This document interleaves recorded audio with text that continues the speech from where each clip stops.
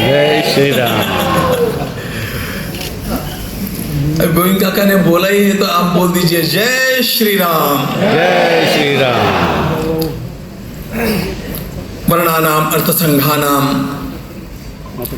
रसानां छंदसामपि मंगलानां च कर्तारौ वंदे वाणी विनायकौ नमामि सद्गुरुं शांतं सच्चिदानंद विग्रहं पूर्ण ब्रह्म परानंदम ईशम आनंदी वल्लभम प्रपन्न पारिजाताय तोत्रवेत्रैकपाणये ज्ञानमुद्राय कृष्णाय गीतामृतदुहे नमः माधुर्यरसकल्लोलां शिवशक्त्यैकरूपिणीं अमृतानुभवार्थाय वन्दे ज्ञानेशनन्दिनीं यस्य वेदमयी वाणी यस्य देवमयी तनुः यस्य ब्रह्ममयी दृष्टिः स गुरुः पातु मां सदा आपदामपहर्तारं दातारं सर्वसंपदां लोकाभिरामं श्रीरामं भूयो भूयो नमाम्यहम्।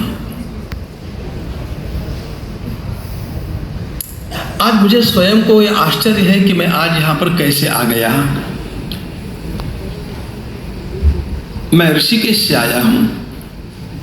हिमालय की गोदी में स्वर्गाश्रम में महाभारत की कथा करता हुआ मैं कभी कथा को छोड़ करके वहां से बाहर निकला नहीं, लेकिन 36 वर्षों में पहली बार मैं यहाँ पर आया।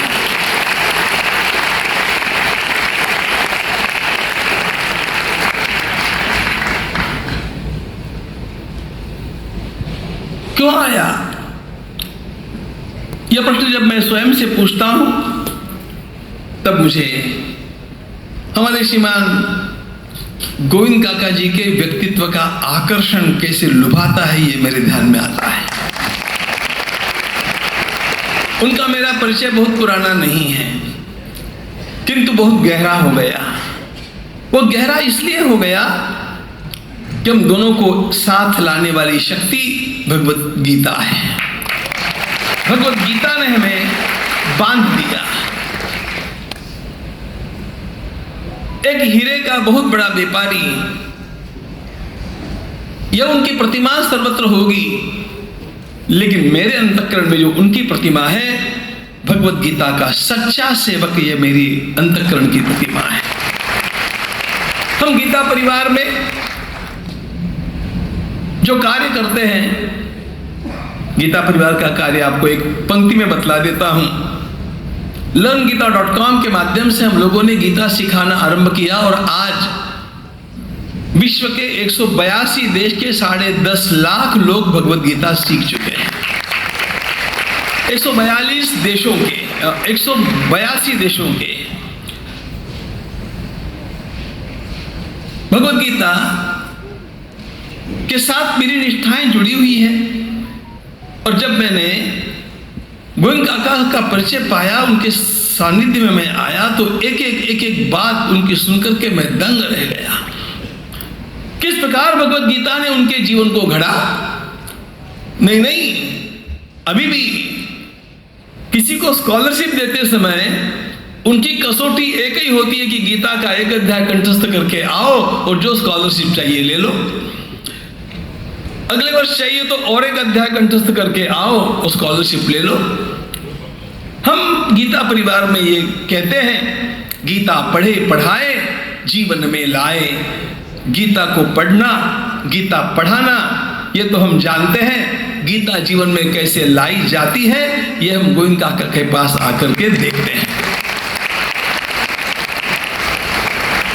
मैं अभी का उनका लोकसभा का भाषण सुन रहा था। उन्होंने वहां पर भी भगवत गीता का श्लोक बोल करके आरंभ किया। तो किस प्रकार एकाध व्यक्ति को एकाध बात की धुन लग जानी चाहिए, यह मैंने उनमें देखा। और मुझे ऐसे लगा कि जिसने अपने जीवन में गीता को साकार करने का प्रामाणिक प्रयास किया है, उस व्यक्ति के इस एक अत्यंत महत्वपूर्ण कार्यक्रम में मुझे कैसे भी करके पहुंचना ही चाहिए। और पहुंचना चाहिए इसलिए कि वे ये काम कर रहे हैं अपनी माता जी के नाम से। मित्रों, जो जो मां से प्रेम करता है वो मुझे बहुत बहुत प्रिय लगता है, बहुत प्रिय लगता है।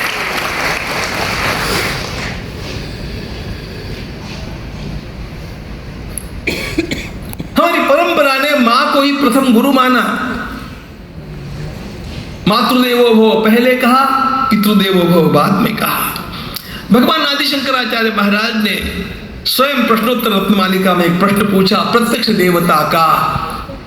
उसमें सारे प्रश्न हैं, प्रश्नों के उत्तर है।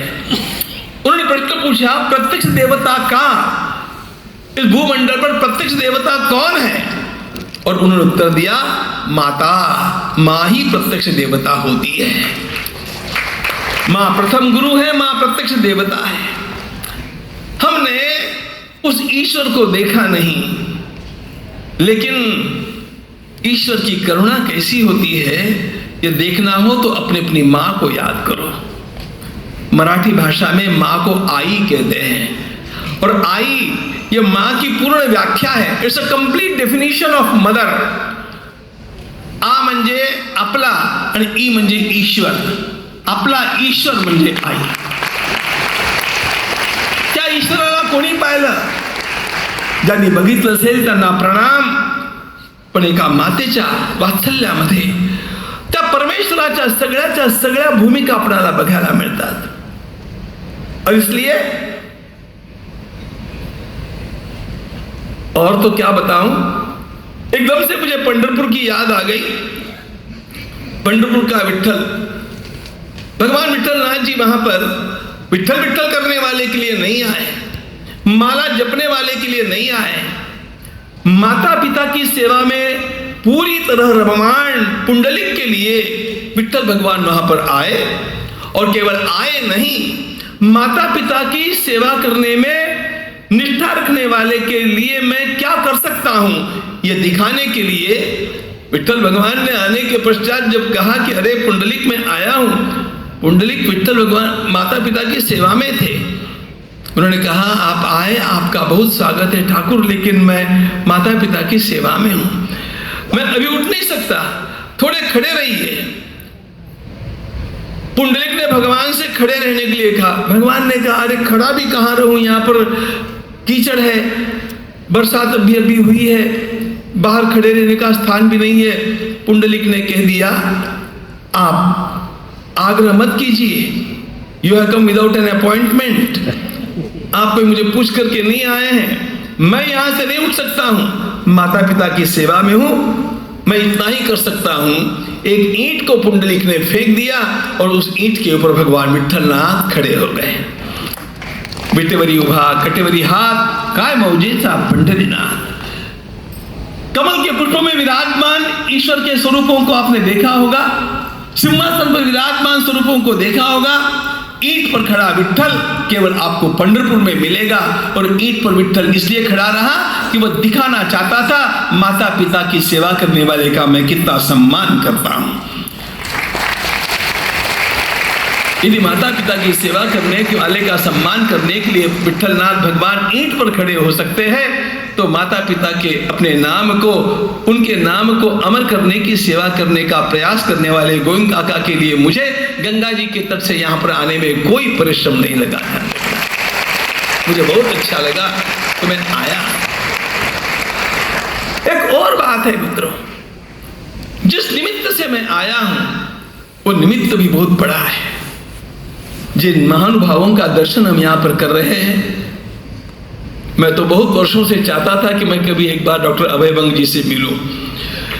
बहुत वर्षों से मैं चाहता था। उनकी पुस्तक जब प्रकाशित हुई थी, माला साक्षात्कारी हृदय रोग, यही ना, हाँ, प्रकाशित होने के 1 महीने के अंदर मैंने उसको 3 बार पढ़ा है।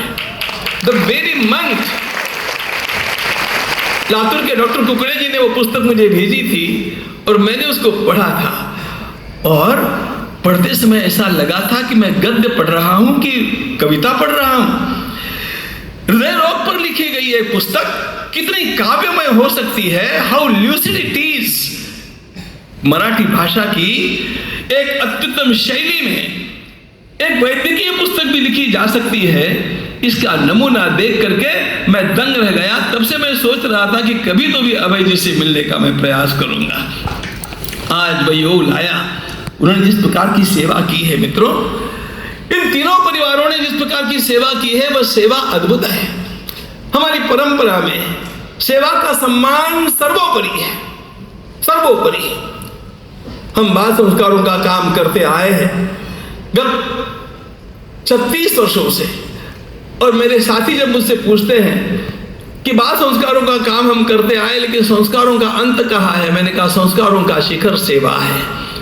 हमारे सारे के सारे संस्कार सेवा में परिणत हो जाने चाहिए, और ये सेवा हम लोगों को जो करनी होती है भारत की परंपरा के अनुसार, यह सेवा सोशल वर्क के रूप में हम नहीं देखते हैं, इसको हम साक्षात हमारी आध्यात्मिक साधना समझते हैं। आपने कभी श्रीमद् भागवत के कपिलाख्यान को देखा होगा। भगवान कपिल महामुनि अपनी मां से कहते हैं, मां भगवान को कहां ढूंढेंगे लोग? भगवान को ढूंढने के लिए कहीं जाने की आवश्यकता नहीं होती है। मां अपने सामने जो दिखते हैं ना, उनके अंतःकरण में ईश्वर को देखना, यह पहला स्थान है ईश्वर को देखने का। ईश्वरो जीव कलया प्रविष्टो भगवानिति, ईश्वर जीव कलया प्रविष्टो भगवानिति। परमात्मा ही जीव का रूप लेकर के अनेक देहों में विराजमान है। अभी मैंने पंढरपुर का नाम लिया था, और पंढरपुर में यह धारणा है कि काया ही पंढरी आत्मा तो विठ्ठल, काया ही पंढरी आत्मा तो विठ्ठल। और आत्मा केवल मेरी आत्मा नहीं, सबकी आत्मा। इसलिए हम लोग जब राम राम कहते हैं ना, अभिवादन करने के कितने ही प्रकार है, लेकिन सर्वाधिक प्रिय मुझे राम राम है। वो इसलिए है कि मेरे में भी राम है, आप में भी राम है, दोनों के राम, दोनों के भीतर की वह चेतना एक है, इसका साक्षात्कार। और इस प्रकार का जो परमात्मा मुझे नारायण असे विश्वी, हमारे समर्थ रामदास स्वामी ने कहा, नारायण को कहां ढूंढेंगे? नारायण असे विश्वी त्याची सेवा करीत जावी, या कारणे तोषवावी कोणी एक काया। मैंने अपने जीवन में कितने लोगों को सुख पहुंचाने का प्रयास किया, यह विचार व्यक्ति को करना चाहिए। और ये दान मानाभ्याम मैत्र्या अभिन्नैन चक्षुषा, कपिल महामुनि ने कहा, मां सभी के भीतर विराजमान उस ईश्वर की सेवा कैसे की जाती है? जो अपने पास होगा वो उसको देना चाहिए। जो कुछ मेरे पास होगा उसमें से कुछ तो भी मुझे सामने वाले के लिए देने की तैयारी रखनी चाहिए। मेरे पास जो कुछ होगा वो प्रदान करते समय उसके सम्मान का विचार करना चाहिए। इट्स नॉट जस्ट चैरिटी, कोई मांग रहा है और मैं दे रहा हूं, यह भावना नहीं, तो उसका सम्मान वैसा का वैसा रख। दान मानाभ्याम मैत्र्या, मैत्री की भावना रखते हुए, और अभिन्नैन चक्षुषा, जैसे मैं अपने लिए करता हूं वैसे औरों के लिए करने का मेरा स्वभाव हो जाए। संत ज्ञानेश्वर महाराज की छोटी बहन मुक्ताबाई ने संत ज्ञानेश्वर महाराज से एक बार जब वे रूठ गए थे, एक बात कही, ज्ञानोबा आप क्यों चिढ़ गए? आपको नहीं चिढ़ना चाहिए, किसी ने कुछ बोल दिया, क्या हो गया? जग कोपे झाले बन्नी, संती सुखे भावे पाणी, काहीतरी करुणाधरा, ताटी उघडा ज्ञानेश्वरा। वे कहते हैं, जीवदातांनी चाविली, जीवदातांनी चाविली कोणे बत्तीशी पाडिली। हमारी जीव कभी कभी दांतों के बीच आ जाती है, कोई पत्थर लेकर के अपने दांतों को तोड़ता नहीं। क्यों? यही भावना होती है कि दांत भी मेरे हैं, जिह्वा भी मेरी है। उसी प्रकार सेवा करते समय मैं सामने वाले की सेवा इस ढंग से करूं कि मैं स्वयं परमात्मा की सेवा कर रहा हूं, मैं उपकार नहीं कर रहा हूं, मैं वास्तव में पूजा कर रहा हूं। अर्ह ये शब्द है, अर्ह का अर्थ है पूजा करना। अर्थ दानमानाभ्याम मैत्र्या अभिन्नैन चक्षुषा। ये मैत्री आत्मोपम्य दृष्टि, गीता का शब्द है आत्मोपम्य दृष्टि।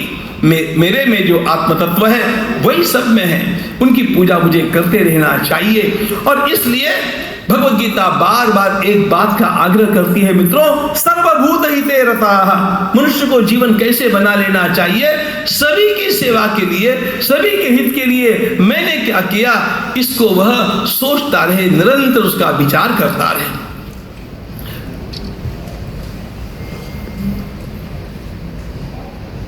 मैंने क्या पाया, इससे मेरा जीवन सफल होता है। मैंने क्या पाया, इससे मेरा जीवन सफल होता है। लेकिन मैंने क्या दिया, इससे मेरा जीवन सार्थक होता है। जीवन की सार्थकता आवश्यक है। I must live a significant life। और मेरा जीवन सार्थक है, इसकी कसौटी क्या है? कभी कभी ऐसे लगता है हमें शांति से बैठ करके दो सूचियां बनानी चाहिए। एक सूची ये बनानी चाहिए, बचपन से, जन्म से मैंने किस किस से क्या क्या पाया, मैंने किससे किससे क्या क्या पाया। आप जब बैठेंगे एकांत में विचार करेंगे तो आपको आपके जन्म से लेकर के अब तक आपके लिए जिन जिन लोगों ने जो कुछ किया वो एक बड़ी सूची याद आएगी। एक दूसरी सूची ऐसी भी बननी चाहिए कि मैंने इस समाज के लिए क्या किया, समाज से मैंने क्या लिया, इसकी एक सूची बने। और मैंने समाज को क्या दिया, इसकी एक सूची बने। जैसे जैसे मैंने समाज को क्या दिया, इसकी सूची बड़ी बड़ी होती जाएगी, वैसे वैसे जीवन की सार्थकता बढ़ती जाएगी। Then alone it can be a significant life।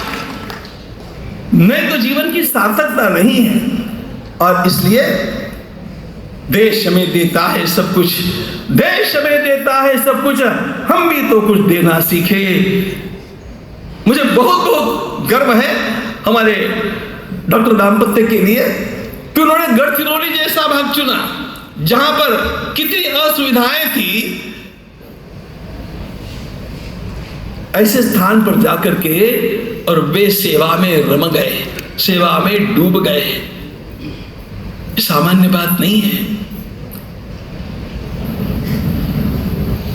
सेवा की और त्याग की बात करना सरल होता है, प्रत्यक्ष सेवा और त्याग करना बहुत कठिन होता है। और वह जब रोज रोज करनी होती है तब तो वो बहुत ही कठिन हो जाती है। एक आध फंक्शन बड़ा कर लिया, यह आसान बात होती है, लेकिन रोज रोज उस सेवा में लगे रहना और आजीवन उसी मार्ग पर चलते जाना, यह बहुत कठिन होता है। यह कार्य उन्होंने करके दिखाया। हमारी वैक्सीन ने तो पूरे विश्व में कमाल कर दिया।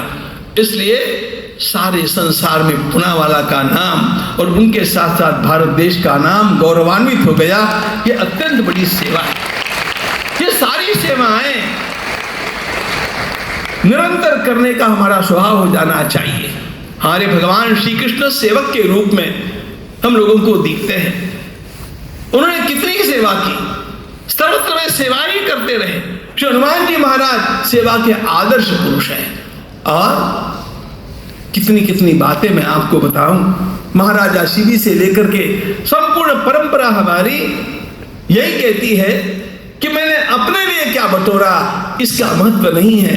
कौन उसको जानने वाला है, क्या उसका उपयोग होने वाला है, लेकिन मैं कितना दे पाया, मैं कितनी सेवा कर सका, इसी से मनुष्य के जीवन का मूल्यांकन होता है। और हमारे गोविंद काका भी इसी प्रकार की सेवा कर रहे हैं। अलग अलग क्षेत्रों में उनके द्वारा की जाने वाली सेवाएं आप सब लोग जानते भी हैं। और लंबी बात करने का आज का समय भी नहीं है, लेकिन सेवा में जीवन वाले सब लोग यहाँ पर बैठे हैं। मुझे ऐसा लगता है मुझे भी आज उनके साथ बैठने का गौरव प्राप्त हुआ। ये बड़ी बात है, मुझे स्वयं को ऐसे लगता है, क्योंकि साधुत्व वेश में नहीं है, साधुत्व वृत्ति में होता है। और इसलिए इन सब लोगों के साथ जब बैठ करके मैं चिंतन कर रहा था तो एक तो माता जी का गौरव, उसके पश्चात भगवत गीता भी हमारी माँ है। भगवत गीता को पूज्य विनोबा जी महाराज गीताई माउली माँ जी तितामी बाड़ा नेणता, पढ़ता रड़ता गई उतलूनी कड़ेवरी, ऐसे कहते थे। अम्ब त्वाम अनुसंधामि भगवद गीते भवद्देशिनी, अम्ब भगवद गीता को माँ कहा गया है। मित्रों, आज समापन करते समय और आप सभी को और आपको भी धन्यवाद देते समय मैं अपनी बात एक दूसरी बात से पूर्ण करने वाला हूँ। हम माताओं के क्रम में अपनी भारत माता को नहीं भूले। भारत माता ने हमें सब कुछ दिया है। आज से तो हिमाचल भारत माता ये हमारी माँ है, और इस वत्सला माता ने हम लोगों को एक अत्यंत श्रेष्ठ परंपरा दी। सब कुछ जो कुछ दिया है उस भारत माता ने दिया है, और इसलिए हम लोगों को इस भारत माता की सेवा में निरंतर रममाण रहना चाहिए, और सेवा में रममाण रहते समय थोड़ा थोड़ा सुरक्षा का विचार भी करना चाहिए। सेवा करने के लिए हम लोग बचने भी तो चाहिए। ध्यान रखना, हमारे बड़े बड़े भवन, हमारे महान कार्य, हमारे द्वारा निर्माण की हुई कलाएं क्रीड़ाएं, ये कब बचेगी? ये तब बचेगी जब मानवता बचेगी। आज बांग्लादेश में जो हो रहा है, मेरा हृदय 4 दिनों से क्रंदन कर रहा है कि बांग्लादेश में जो हो रहा है आज की घड़ी में वो कैसा है। मैं उसको सहन नहीं कर पा रहा हूं। मित्रों, यह जो मानवता का कलंक निर्माण होता है, इस कलंक से यदि इस धरा को बचाया नहीं जाए तो ये सारे के सारे कार्य ध्वस्त हो सकते हैं। जिन्होंने सेवा की उनको भी ध्वस्त कर दिया गया वहां पर। और जिस इस्कॉन मंदिर ने 2-2 लाख लोगों को रोज 6 महीने तक खिलाया, उसको गिराते समय किसी को कुछ लगा नहीं। मित्रों, सेवा करने के लिए सेवा करने वाले सेवक बचने चाहिए, और उसके लिए राष्ट्र की सुरक्षा को पहला स्थान दिया जाना चाहिए। इस बात को हम नहीं भूले। भारत बचना चाहिए, भारत परंपरा के साथ बचना चाहिए, भारत सशक्त होकर के बचना चाहिए।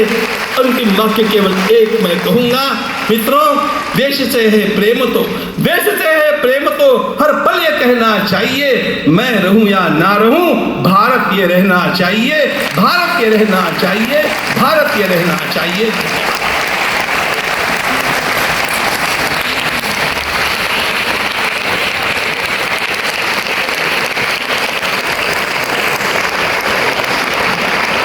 પૂજ્ય ગુરુજી ને કથા ન્યા ચાલે છે ઋષિકેશમાં, तो आज 2 बजे तक कथा कर रहे थे। 2 बजे निकलकर देहरादून आए, 3:15 बजे की फ्लाइट में डायरेक्ट बॉम्बे आए, एयरपोर्ट से सीधा यहाँ आया। अभी उनकी 10:30 की दिल्ली की फ्लाइट है, और वो रात को 1 बजे दिल्ली से बाय कार जाएंगे ऋषिकेश। सुबह 6-7 बजे पहुंचेंगे और 9 बजे फिर वहां कथा शुरू करेंगे। अपना प्रेम भाव के लिए ये 75 साल की उनकी उम्र है। वो आपने देखा 75 साल की उम्र में उसका कितना स्ट्रेंथ है, और पूरा 24 घंटा वो ट्रैवल करके अपना ये प्रोग्राम के लिए, प्रेम के लिए। आपने सोचा कहीं के साधु होते कुछ लेने की उसके आकांक्षा रहती है, इसलिए वो लोग दौड़ते रहते हैं। ये देने वाला है, लेने वाला नहीं है।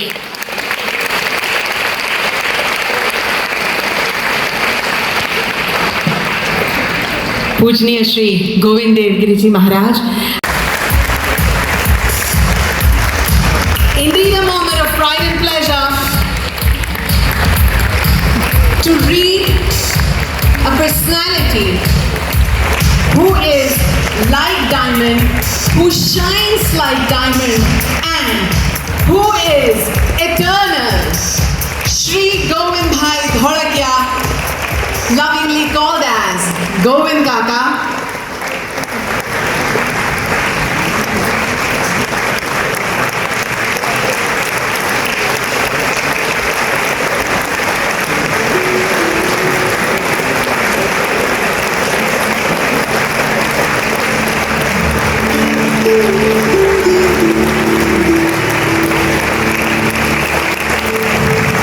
Thank you so much, Govind Kaka, for teaching us the values, the morals of what our tradition is.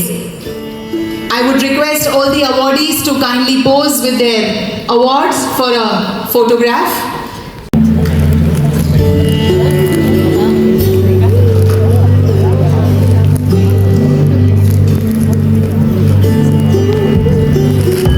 We request the Dholakia family. We will have the SRK family.